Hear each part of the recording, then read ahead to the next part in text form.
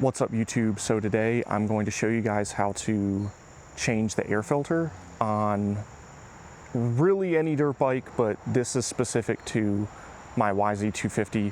Every bike's a little bit different in how you get to the air filter that's inside the air box. For my bike, it starts with taking an 8mm socket and pulling this tab up here. My bike's a 2025, so I think the 2022s and newer have this, but I just loosen it. If you have a 2021 or earlier YZ250, I'm not exactly sure how you access the airbox. Once you get this thing loosened up, then the seat just pulls away like that.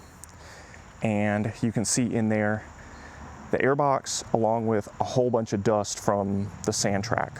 So we're gonna get that air filter out there, clean up the airbox, and get a clean filter in. First things first, grab some gloves because your hands are just gonna get all oily and all dusty from handling the air filter. And you just gotta unscrew this central wing nut here, and you can kind of feel when the threads come all the way out like that. You'll notice it's on this plastic cage contraption. That's so it holds the air filter like open so the air can just effectively get into the air boot. And if you look at my air boot, you know a good sign is that you never have dust in the air boot versus the air box. So that's telling you that at least little to no dust is actually getting into the air boot and into the engine, because from there it just goes right to the carburetor and to the engine cylinder. So what you do is you just take the air filter out of this thing right here, and this little plastic cage just comes out of the foam air filter. To not lose this thing, oh God. Okay. Again, it's a do as I say, not as I do sort of thing. I will be right back, but it looks like my washer just like fell into my air boot. That's not good.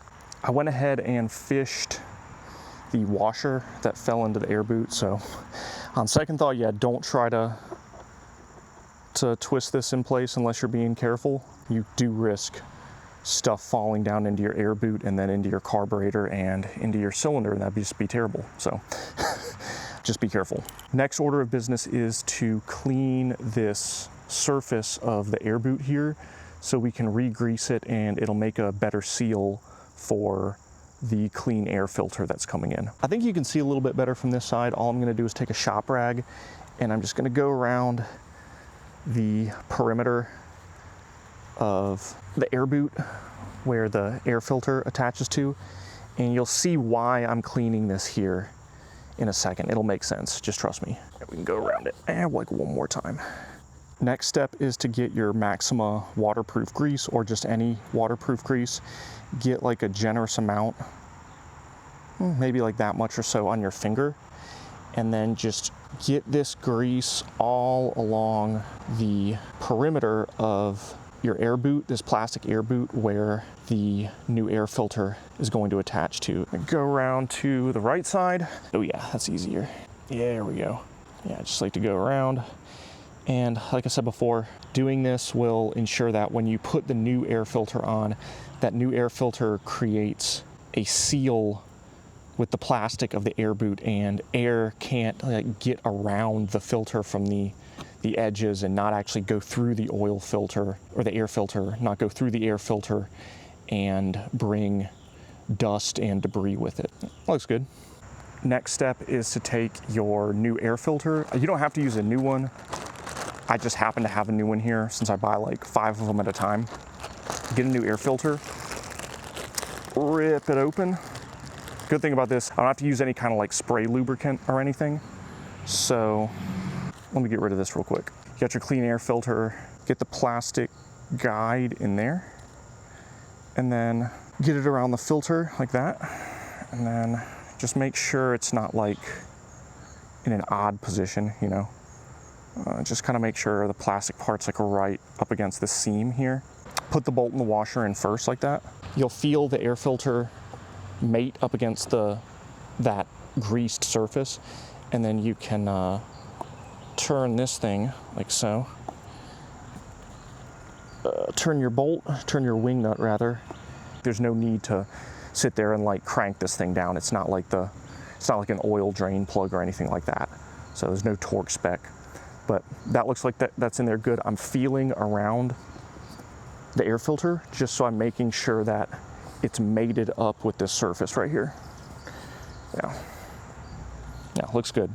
My GoPro ran out of battery while I was reinstalling the dirt bike seat. I'm not gonna go and refilm that whole part of the video, but trust me when I say it's just the reverse operation of when I took it off in the beginning of the video. So I trust you guys, you can handle it. Putting on the seat is no big deal. There is one more thing though I do wanna show you, and I do this every time I finish some maintenance operation on my dirt bike. Since this is my first new dirt bike, I thought it was worthwhile to create a Google Sheet that keeps track of all of the maintenance for the bike. What I've got here is the date, I've got the hours that are on the bike. In this case, I have 5.4. And then I've got like the maintenance I did, where I rode, and then like any additional information. In this case, we just did a filter change and I rode it blackjack. I guess as far as comments are concerned, I could just say filter and airbox were both a bit dusty.